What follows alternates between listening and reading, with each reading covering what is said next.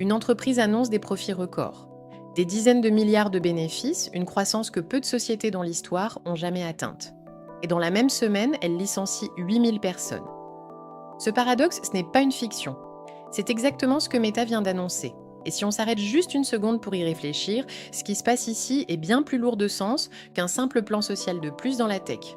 Parce que ce que Meta est en train de faire, ce n'est pas une réponse à une crise. C'est le signal le plus clair qu'on ait jamais eu que l'IA ne va pas seulement transformer les entreprises, elle va transformer ce qu'une entreprise considère comme un être humain utile. Et dans les 2 dernières minutes de cette vidéo, on va voir pourquoi ce mouvement pourrait concerner tout le monde, pas seulement les salariés de la tech. Commençons par poser les faits. Meta, c'est la maison mère de Facebook, Instagram et WhatsApp. En 2025, l'entreprise a généré plus de 200 milliards de dollars de revenus, avec près de 60 milliards de bénéfices nets. Ce sont des chiffres qui dépassent le PIB de nombreux pays. Zuckerberg n'est pas en train de sauver son entreprise. Il est en train de la réinventer depuis l'intérieur pendant qu'elle est au sommet. La première vague de licenciements est prévue pour le 20 mai 2026. Elle touchera environ 10% des effectifs mondiaux. Une deuxième vague est déjà annoncée pour le second semestre, et ce qui rend cette situation vraiment différente des restructurations passées, c'est la justification officielle.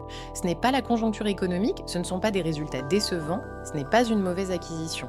C'est l'intelligence artificielle. Explicitement, ouvertement, sans ambiguïté. Meta investit des centaines de milliards dans l'IA.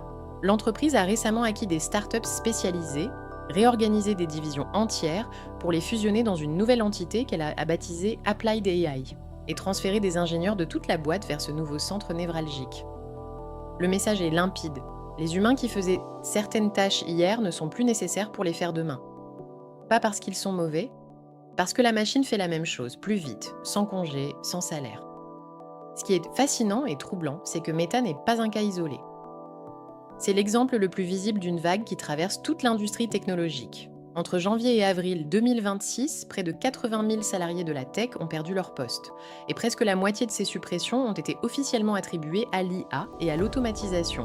C'est une hausse de 140% par rapport à la même période l'année précédente. 140% en un an. Mais personne ne parle vraiment de ce qui rend ce chiffre si particulier.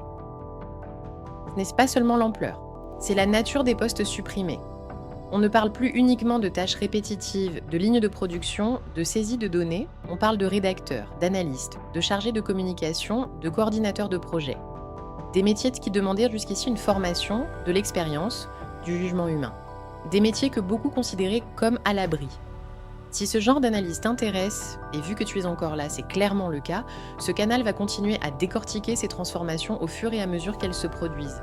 S'abonner et activer la cloche, c'est la seule façon de ne pas rater la prochaine. Revenons à Meta, parce qu'il y a une question que beaucoup se posent sans vraiment oser la formuler. Est-ce que l'IA justifie vraiment ces licenciements, ou est-ce que l'IA est devenue le prétexte parfait pour des décisions qui auraient été prises de toute façon? Des experts ont un nom pour ça, l'AI washing. Utiliser l'intelligence artificielle comme paravent pour habiller des coupes budgétaires qui relèvent en réalité d'une stratégie financière classique. Et cette question mérite d'être posée honnêtement. Parce que dans certains secteurs, oui, l'IA remplace effectivement du travail humain. Mais dans d'autres, elle sert de justification commode à des réductions d'effectifs qui ont d'autres causes. Surcapacité post-pandémie, pression des actionnaires, réorganisation stratégique. La frontière entre les deux est floue. Et les entreprises ont tout intérêt à ne pas la clarifier. Mais voilà où tout bascule. C'est là que ça devient vraiment inconfortable.